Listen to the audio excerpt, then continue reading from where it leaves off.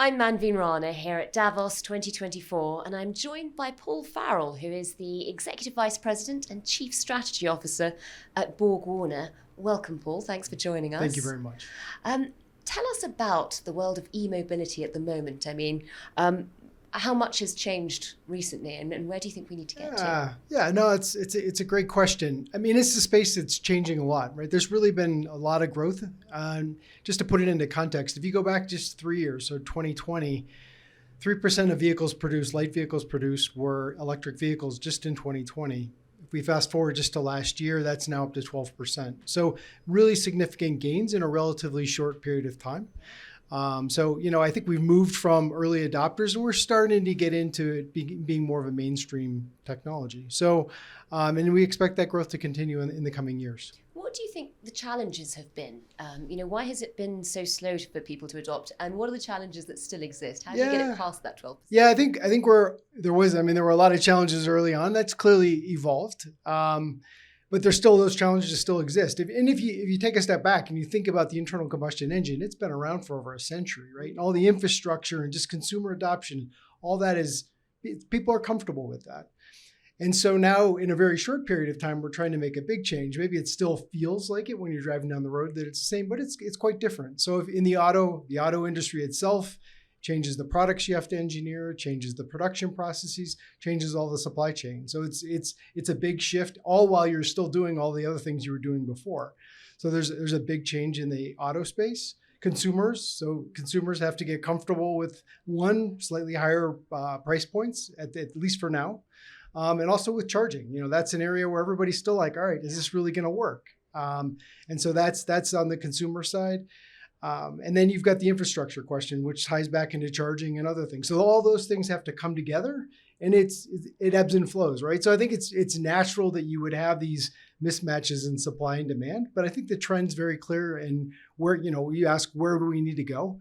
The EU just recently put out regulations last summer that said, all right, by 2035, all new vehicles will have zero CO2 emissions. So they've probably set the bar. Others, that trend has been in place for a long time, improving fuel economy, reducing CO2.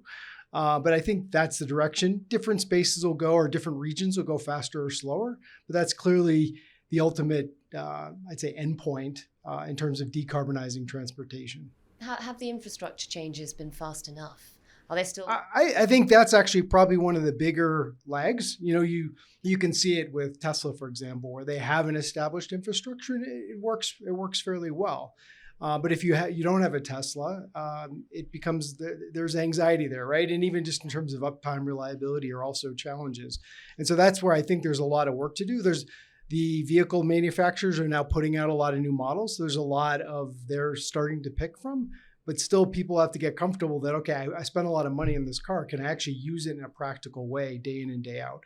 So I think that's an area where you'll see a big uptick and a big emphasis just in the coming years. I mean, you see it with the IRA in the US, and I'm sure it's similar in other parts of the world.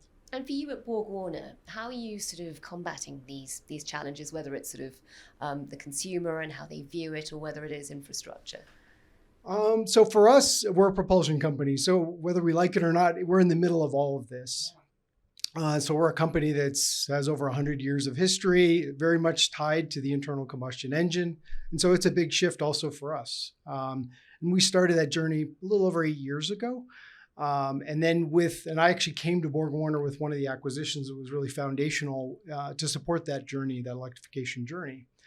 But in 2021, we announced our Charging Forward strategy, which is really focused on is growing our portion of our business that supports the electric vehicle space, both organically and through M&A, and also reducing our exposure to combustion vehicles, or the combustion business.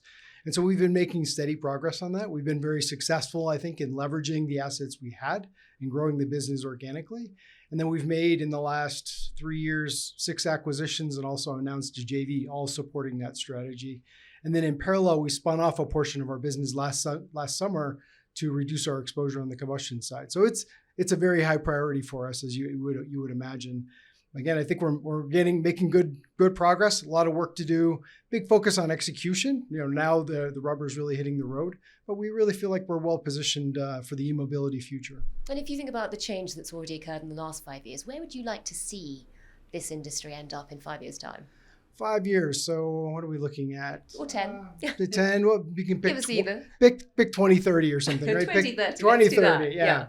I think as we look out, we would expect you'll get different views, right? And it's hard to predict the future, but probably close to 50%, high 40s of EV penetration. It won't all be done. And even at the same time, if you look at all the vehicles that are on the road today, there's a lot of vehicles on the road that have internal combustion engines. So there's a lot of work to do to continue to support those vehicles. Half in the future will have an internal combustion engine in 2030, but that, in terms of growth and just transition in technology, electrification is clearly the major trend and a top priority for us.